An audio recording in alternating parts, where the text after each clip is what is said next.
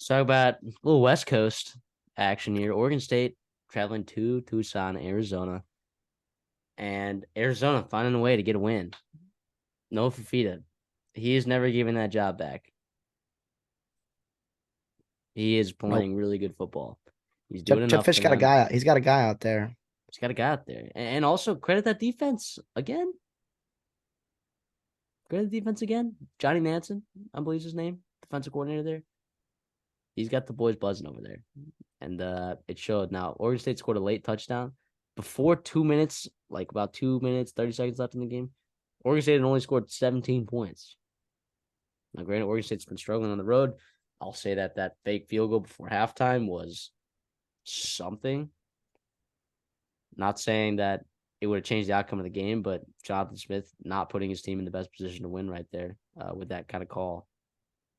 Granted, if they get the touchdown, we're all like, "Oh, what a call!"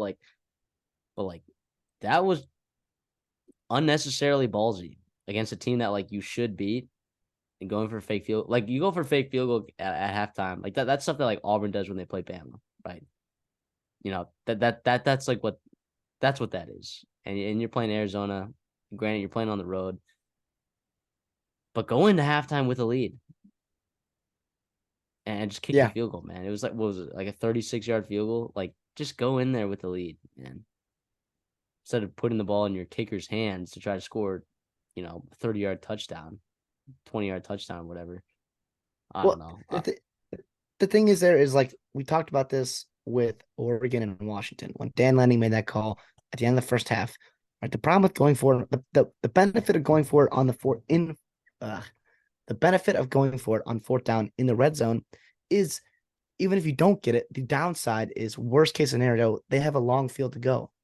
The problem is if you do it after halftime or right before halftime, that benefit is negated. So you don't get that. You lose everything. Arizona gets the ball out of half, and I thought really played kind of controlled that second half. I thought, and even though it ended up being a close game, like you said, they were up 10 with 10 minutes with 2 minutes to go. Yeah, I don't know. That was pretty frustrating for me. And normally I'm not a guy to question coaching decisions but Jonathan Smith usually to me does a really good job there. Obviously not the case in that particular moment. I thought Arizona ran the ball really well, especially when they needed to, right? And that's like that fourth quarter. Jonah Coleman, DJ Williams isn't it? Just a tough physical runner. They had a really tough time bringing him down, and that's a good Oregon State defense, right? I thought this was a really impressive win, really impressive win Yeah, I think for it's a Arizona. good Oregon State defense. I don't think it's amazing, right? Like I think it's fine. It's a good defense, I guess. I mean, it's a top 25 defense probably. I don't know, but or top 25 caliber, like in terms of, like Oregon State's top 25 team, right? Like that defense plays at a caliber where it finds ways to win games, especially against good teams. But yeah, I think Arizona just did a good job finding a way to win this game. They should be 7-1. They're two plays away from being 7-1. They really should be. And I was just looking at the Pac-12 standings, and I was looking for a way to see them to end up in the Pac-12 championship, and it's going to be tough. I think their schedule they have a good chance to win to really run the table. UCLA obviously won't be easy.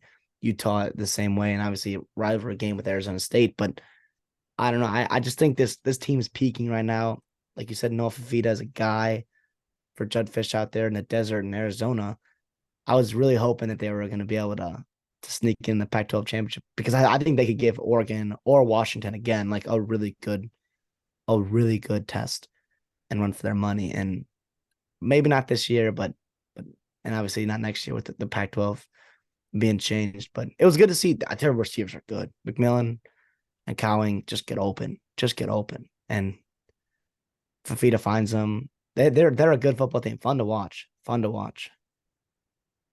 I agree. And I mean, the rest of the way, like Arizona should be looked at as a top 25 team. Like this is a top quarter football team in the country. They're in that top quadrant. For sure, I think. And they were power rated up there too. I think in the top 25, you look at a lot of people's individual power rankings, like they in terms of like um power rating of of a team. They were in that top 25 already, but now I think they're gonna start getting them more respect, especially with a couple big wins they have a chance to have in the Pac-12. How do you think? What do you think Oregon State's future is? Right, their schedule. You got a Rest couple of of the way. teams I that mean, you you should play. win. Well, yes, you play Colorado, Stanford, right? Should win. That's 8 wins right there. Now, as an over 8.5 taker, right, you kind of get scared a little bit. Now, the good news is you get Washington at home. Who's very, very beatable. Very beatable right now. And then it's a rivalry game, the Civil War there. Anything can happen. I think like Oregon State, like, yes, USC has to lose a game, which I think we all kind of believe they will, and maybe more. Um, Oregon State still can make the playoffs or can make the conference championship game, right? They can beat Washington and beat Oregon, and they own the tiebreaker against both those teams. Super, super interesting. Super interesting there for Jonathan Smith. Even though this was a crushing loss, I just think they can play fantastic football at home, and they can win in a 60-minute game against Bo Nix and Oregon, who I just talked up. I think they're incredible. I think they're the best team in the Pac-12 right now. But who knows? I wouldn't give up if you're Oregon State yet, right? You still have a chance to do some damage in the Pac-12.